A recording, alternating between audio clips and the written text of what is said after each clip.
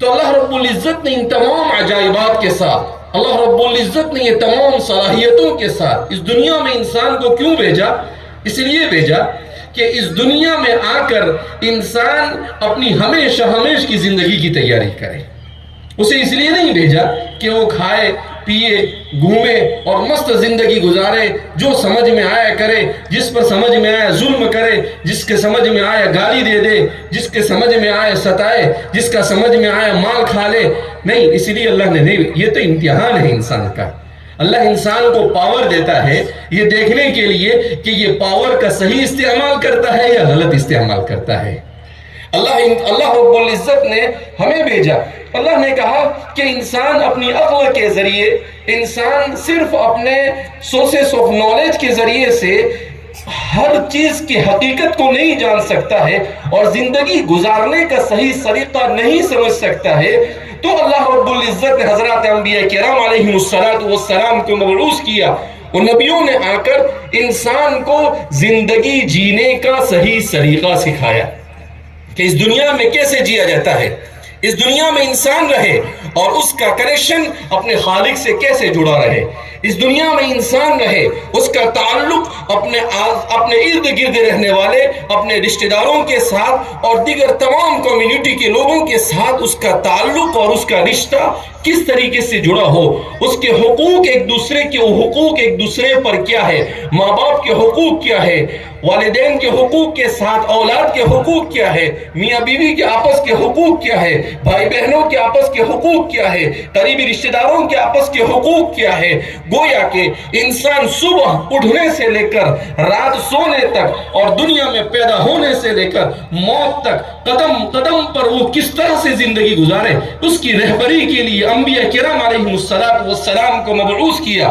احمد مصطفیٰ، محمد مجتبیٰ، حبیب کبریا صلی اللہ علیہ وسلم کو مبعوث کیا، جن پر دین کامل کو نازل کیا۔ اسلام یہ رسول اللہ صلی اللہ علیہ وسلم کا لایا ہوا دین نہیں ہے، اسلام تو آدم علیہ السلام کا لایا ہوا دین ہے۔ آج دنیا کی تاریخ میں یہ پڑھایا جاتا ہے کہ اسلام کی تاریخ یہ محمد عربی صلی اللہ علیہ وسلم سے شروع ہوتی ہے۔ نہیں، اسلام کی تاریخ کا آغاز کہاں سے ہوتا ہے؟ حضرت آدم علیہ السلام سے ہوتا ہے۔ سب سے پہلے انسان، یہ تاریخ ہے، حقیقت ہے۔ اس لیے کہ تعجب ہوتا ہے، آج کی دنیا میں سائنس کا ایک موضوع ہسٹری بھی ہے، اور وہ سائنس کو آثار قدیمہ کے ذریعے سے معلوم کرنے کی کوشش کرتے ہیں، جبکہ ایک سیدھا سا سمپل کنسپٹ یہ ہے کہ آثار قدیمہ سے اور دماغ کے ذریعے سے سائنس تاریخ کو کبھی بھی معلوم نہیں کیا جا سکتا ہے۔ تاریخ ایک روایتی چیز ہے، ایک ٹریڈیشنل چیز ہے جو ایک دوسرے سے سن کر آ سکتی ہے۔ تو تاریخ کی جس حقیقت کو کتاب و سنت نے بیان کیا، وہ حقیقت دنیا کی کوئی سائنس نہیں بیان کر سکتی ہے۔ تو قرآن کریم نے جو تاریخ انسان کی بیان کی، وہ تاریخ کیا ہے؟ اللہ رب العزت نے قرآن کریم میں بیان کیا، یا ایھا الناس اتقوا ربکم الذی خلقکم من نفس واحدہ، کہ اللہ رب العزت نے